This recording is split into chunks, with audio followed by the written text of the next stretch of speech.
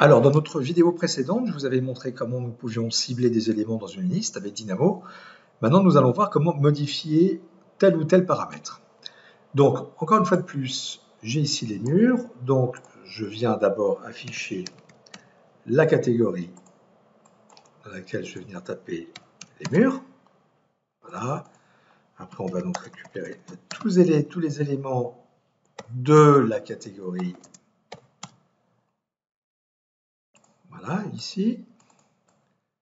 Alors, et pour que ce soit un petit peu plus clair, je vais les afficher éléments de point géométrie. Comme ça, il n'y aura aucun souci. Bon. Ce qu'on va faire, c'est que je vais venir cibler, par exemple, un élément précis d'une liste. Donc, on va prendre le list.getItem@index. Voilà, comme ceci.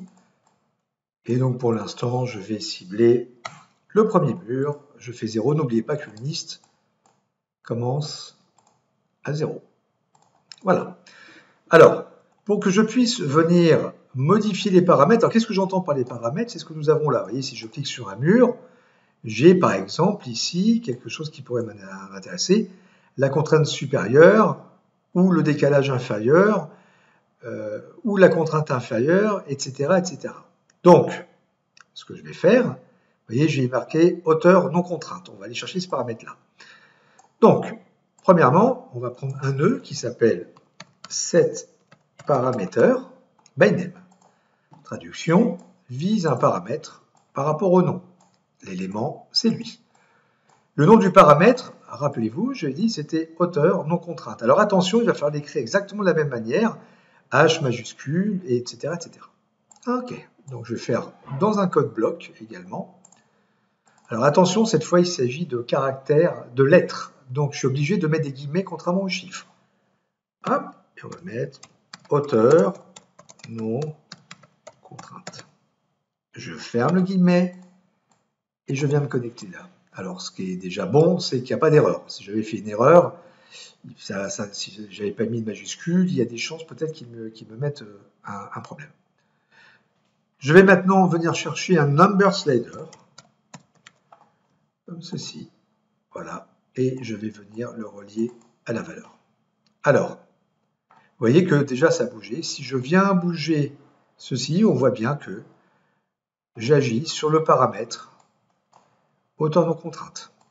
Donc si je me mets comme ceci, vous voyez que même si ici vous ne le voyez pas modulé, ici par contre il bouge. Que se passe-t-il si dans Revit je me mets bien en 3D? Et on voit bien que le mur apparaît. Alors pourquoi est-ce que c'est orangé? Tout simplement parce que je n'ai pas mis le nœud qui permettait de le convertir.